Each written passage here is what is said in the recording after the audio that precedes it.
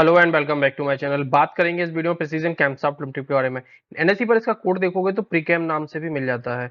Stock का price देखोगे तो आज 240 रुपए 20% के अपर सर्किट में ये स्टॉक चला गया था। और हालांकि क्लोजिंग देखोगे तो 236 रुपए के आसपास देखने को मिल रही है, क्योंकि 2:25 तक का ही टाइम लेते हैं और थोड़ा सा लेटर हाफ में जो एडजस्टमेंट होता है उसके बाद में अगर अगर हम लोग क्लोजिंग देखेंगे तो 236 रुपए पर निकल के आई 236 रुपए 75 पैसे पे। लेकिन गूगल पर आप देखोगे तो 20% के अपर सर्किट इसमें लगा होगा 240 रुपए 93 पैसे, जो इसका आज का हाई भी है। तो अगर 52 वीक्स का हाई देखोगे तो वो तो अच्छा खासा देखने को मिलता है, 319 रुपए तक जाता है, और लो देखोगे तो 172 रुपए का है। तो स्टॉक बहुत समय से एक कंसोलिडेशन में है, तो दिख रहा है साफ साफ। तो देखेंगे इसके फंडामेंटल देखेंगे, और फिर सबसे इंपॉर्टेंट टेक्निकल पे वॉल्यूम कैसे आए हैं, क्वार्टर वन के रिजल्ट कैसे थे, फंडामेंटल कैसे हैं, क्या जो रैली भी इसने आज 20% की दिखाई क्या वो सस्टेन कर सकती है कि नहीं कर सकती, सारी चीजें डिटेल में हम लोग देखने वाले हैं। तो अगर हम लोग इसके फंडामेंटल देखें तो फंडामेंटली मार्केट कैप देखोगे तो सिर्फ 2250 करोड़ का देखने को मिलता है। चलिए ठीक है।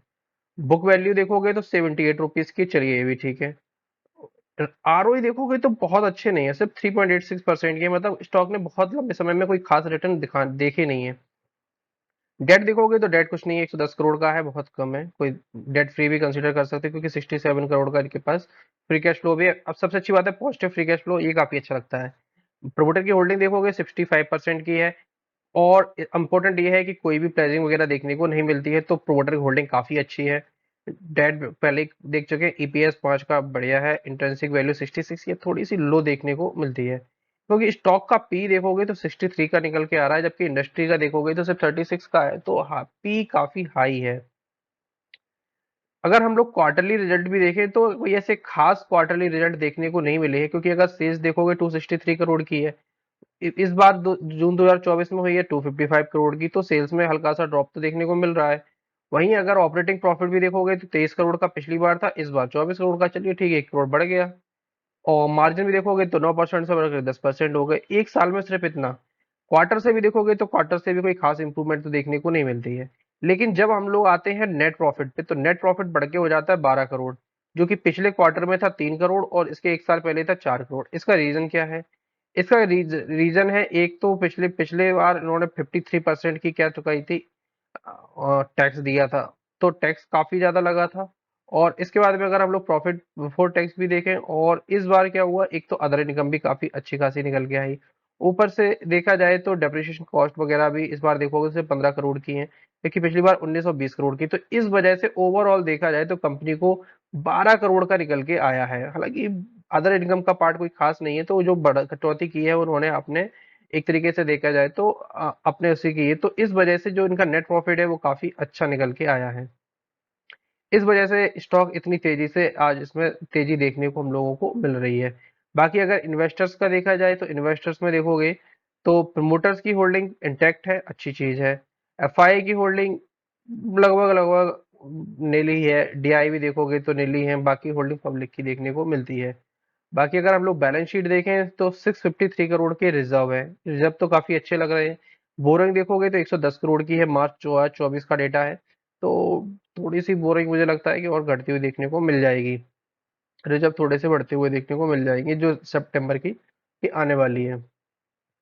अब देखोगे टेक्निकल, टेक्निकल पे क्या रहा, अब देखो इससे पहले थोड़ा सा आपको मंथली चार्ट दिखाता हूँ, डेली चार्ट की जगह मंथली चार्ट पहले दिखाता हूँ। मंथली चार्ट में आप लोग देख पा रहे होंगे कि एक बढ़िया सा हेड एंड शोल्डर का पैटर्न बना, ब्रेकआउट आया, ब्रेकआउट अच्छा भी गया, और उसके बाद में अब हो रही है रिटेस्टिंग।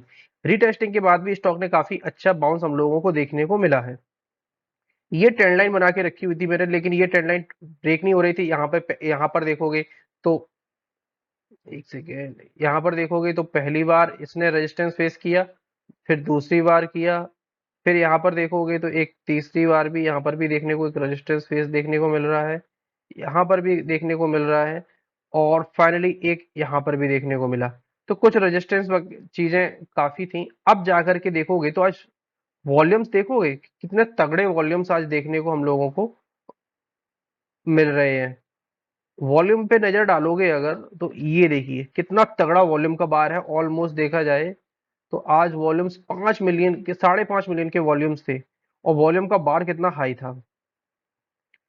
जब पिछली बार जब ब्रेकआउट आया था, ब्रेकआउट के टाइम पे कितना वॉल्यूम था, लगभग 4 मिलियन का वॉल्यूम था, जब मल्टी ईयर ब्रेकआउट यहाँ पे दिखाया था स्टॉक ने, तब भी 20% के सर्किट पे था, और आज भी लगभग 20% के सर्किट पे है, और वॉल्यूम देखोगे तो 5.5 मिनट के, मतलब पिछली बार से भी ज्यादा, मतलब एक्युमुलेशन काफी हैवी देखने को यहाँ पर मिल रहा है।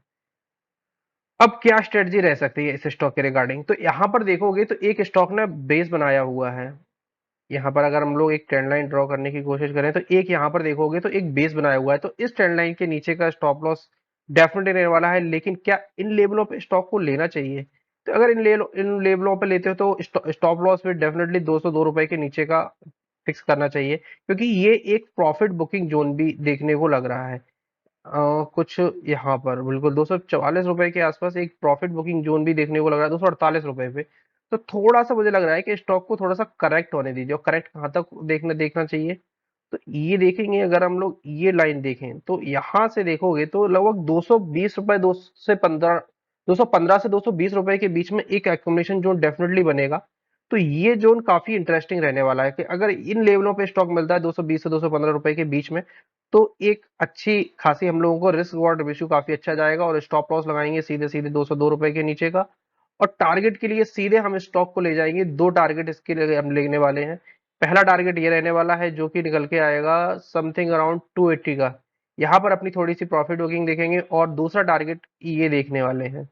अब देखिए इसके ऊपर फिलहाल शॉर्ट टू मिड टर्म में ये टारगेट आने वाले हैं, तो इसके ऊपर टारगेट तो फिलहाल अभी देखने को नहीं मिलेंगे। मुझे लग रहा है कि एक कंसोलिडेशन और रहने वाला है इस स्टॉक में, एक बार फिर से नीचे आएगा और फिर से जाएगा ऊपर आएगा, क्योंकि स्टॉक के अगर हम लोग फंडामेंटल देखें तो स्टॉक का पी काफी हाई है, तो स्टॉक को को डाउन होने में थोड़ा सा टाइम तो डेफिनेटली लगेगा। तो तब जाकर के हम लोग और बेटर बेटर देखने वाले हैं कि एक बार फिर से, तो अभी तो दो टारगेट काफी अच्छे निकल के आ रहे हैं, और इन दो टारगेट के लिए अगर हम देखते हैं, अगर इन लेवलों से भी देखते हैं तो समथिंग अराउंड 30% के काफी अच्छे टारगेट हैं। तो आप लोगों का क्या व्यूज है प्रेसिडेंट कैमसॉफ्ट को लेकर के, अपनी अपनी राय कमेंट बॉक्स में जरूर बताइएगा। तो ये थे प्रेसिडेंट कैमसॉफ्ट को लेकर के डिटेल में लोग टेक्नो फंड एनालिसिस करने की कोशिश की। आप लोगों का क्या व्यूज है कमेंट बॉक्स में जरूर बताइएगा, और अगर कोई डाउट वगैरह तो कमेंट बॉक्स में जरूर लिखिएगा। मिलते हैं अगले वीडियोस में, धन्यवाद।